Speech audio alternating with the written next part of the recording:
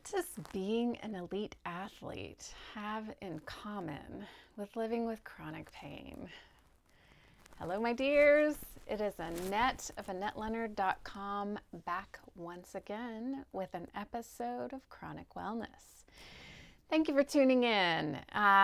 It is Black History Month. It is February. It's almost Valentine's Day. We just had the Super Bowl. And my wife, who is a lifelong athlete, was talking to me recently. It actually came up after we watched that documentary, actually, no, the movie version, the fictionalized version of the life of Diana Nyad and her accomplishment having swum from Cuba to Florida. And then it came up again during the Super Bowl.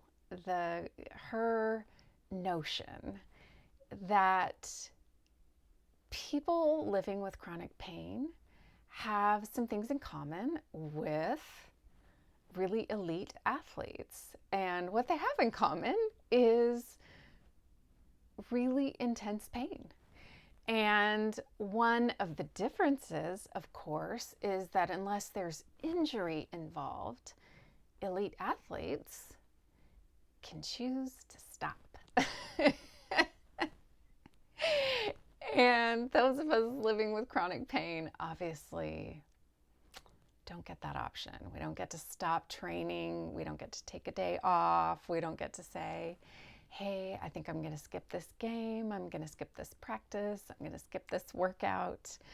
And I just thought that was such an interesting perspective that she hit upon. And recently, she's been plagued by some recent hip pain and some headaches. And in her being kind of dogged by those inconveniences, those ways that are limiting her capacity and her energy, and that have her just kind of feeling short in her abilities and her patience. She has, of course, had moments of, oh my gosh, Annette, I don't know how you live with as much pain as you live with on a daily basis. And there's moments where that validation feels really appreciated, right? And then there's moments where it's like, oh, I know. And so I just thought that on this Valentine's Day, I would send this missive, this love note out to all of you who are living with chronic pain.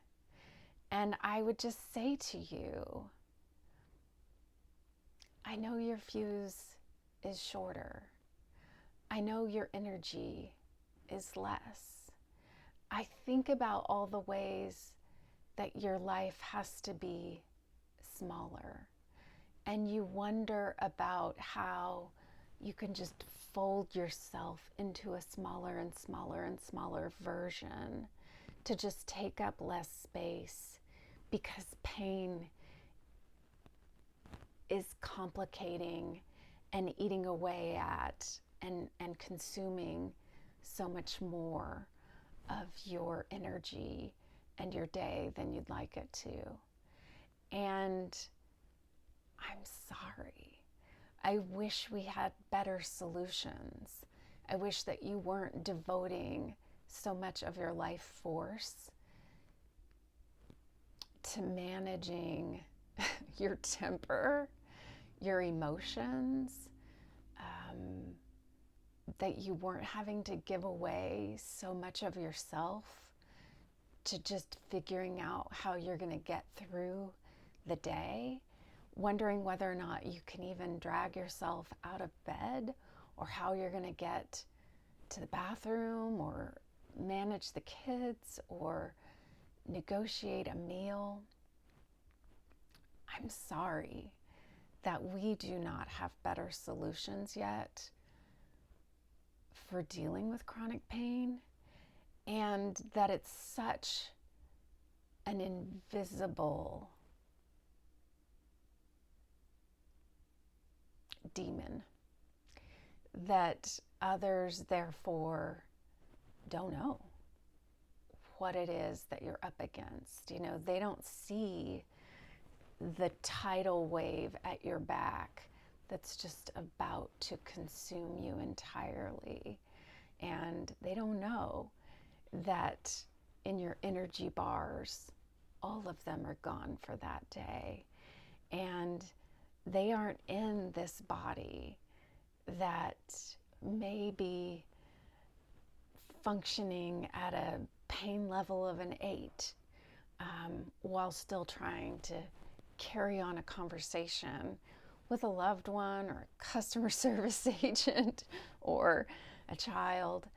And it is not an easy road to hoe and row to hoe or road to walk.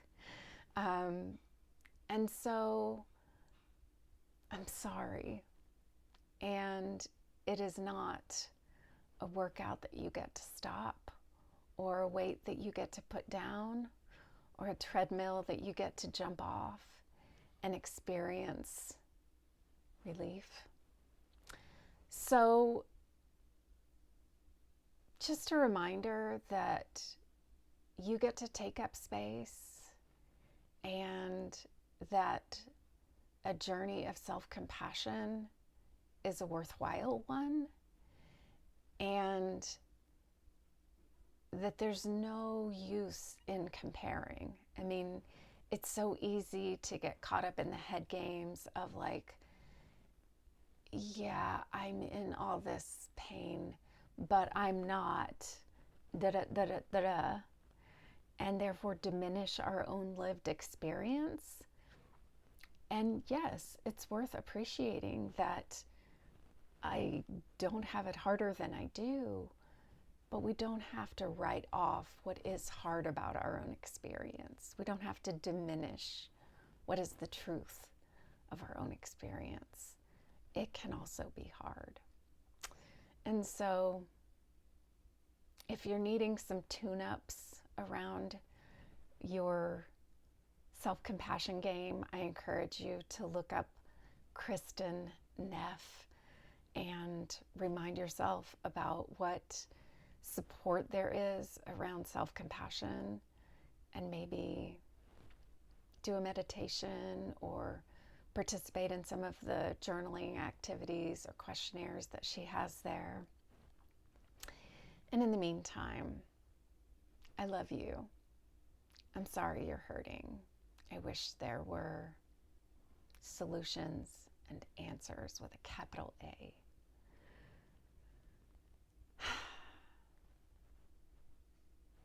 That's it. I just wish there were. And so I love you, and I'm thinking about you. And until we're together again, I hope you're finding ways to bring ease and gentleness and comfort, and be well.